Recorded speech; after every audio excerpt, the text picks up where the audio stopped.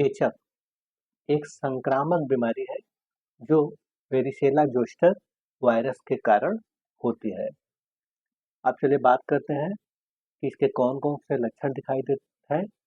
तेज बुखार, सिर व शरीर में दर्द, खुजलीदार लाल चकत्ते जो तरल पदार्थ से भरे छालों में बदल जाते हैं, खांसी, आंखों का लाल होना और कुछ मामलों में दस्त, उल्टी और पेट दर्द की समस्या होने लगती है। तो ये सब इसका लक्षण दिखाई देते हैं और इस वायरस से संक्रमित होने पर 7 से 12 दिन के बाद ये सब लक्षण प्रकट होने लगते हैं। कारण तो वेरियोला वायरस इसका प्रमुख कारण है और एक और वायरस होता है वेरिसेला जोस्टर वायरस। तो यही 2 कारण होते हैं। अब चलिए बात करते हैं प्रकार के संबंध में। तो ये 2 प्रकार के होते हैं, छोटी चेचक, चिकन पॉक्स। यह वेरिसेला जोस्टर वायरस के कारण होता है। यह हवा के माध्यम से फैलता है। यह संक्रामक बीमारी है जो रोगी की श्वसन, बूंदों और त्वचा के दानों के सीधे संपर्क में फैलती है। और दूसरा है बड़ी चेचक, स्मॉल पॉक्स। तो यह वेरियोला वायरस के कारण होता है जो पूरी तरह से समाप्त हो चुका है और अब इसके लक्षण ज़्यादातर इसके प्रकार नहीं दिखाई पड़ते हैं।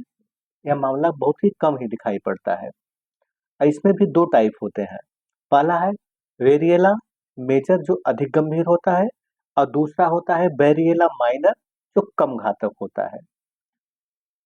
तो चलिए बात करते हैं कि जब यह समस्या से आप ग्रसित हों तो सबसे पहले अपने डाइट पर ध्यान दें।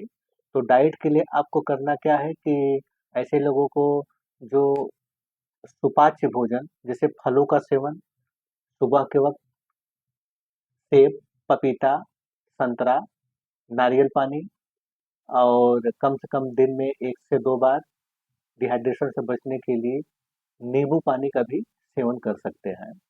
फलों का जूस का भी सेवन करिए और उसके बाद खिचड़ी भोजन के रूप में खिचड़ी का सेवन, दलिया और दाल का सेवन जो सुपाच्य हो और उसका जूस भी ले सकते हैं और सब्जियों या ग्रीन सब्जियों का भी जूस आप ले सकते हैं। यह काफ़ी फायदेमंद होता है और कम से कम मछली का भी सेवन कर सकते हैं, अंडे का भी सेवन कर सकते हैं और इसके साथ-साथ आप गेहूँ का रोटी या सत्तू का रेटू इसका भी प्रयोग कर सकते हैं और कम से कम एक बार सुबह के वक्त अंकुरित मूंग या चना इसका भी आप सेवन करेंगे तो इसका भी रिस्पांस आपको बेटर मिलेगा। अब चलिए बात करते हैं कि इसमें परहेज क्या-क्या है। तो परहेज के लिए आप ठंडी पदार्थों का सेवन से परहेज करें जैसे आइसक्रीम, कोल्ड ड्रिंक्स। तो इन सब चीज़ों से परहेज करना है और चिकना और मसालेदार भोजनों का भी से परहेज करना है और निदान में आपको ध्यान देना है कि कम से कम सुबह के वक्त जब भी आप स्नान करें तो नीम के पत्ती को उबाल लें, उसके बाद उसे छान लें और ठंडे पानी में उसे मिक्स करके स्नान करिए।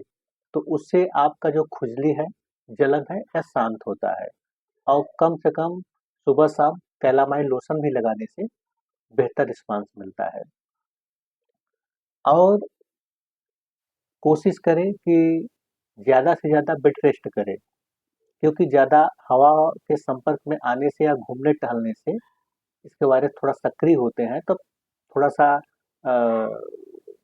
जल्दी शांत नहीं होता है। तो जितना जल्दी आप आर जितना आप आराम करेंगे, उतना जल्दी यह धीरे-धीरे स्वतः ही शांत होने लगता है।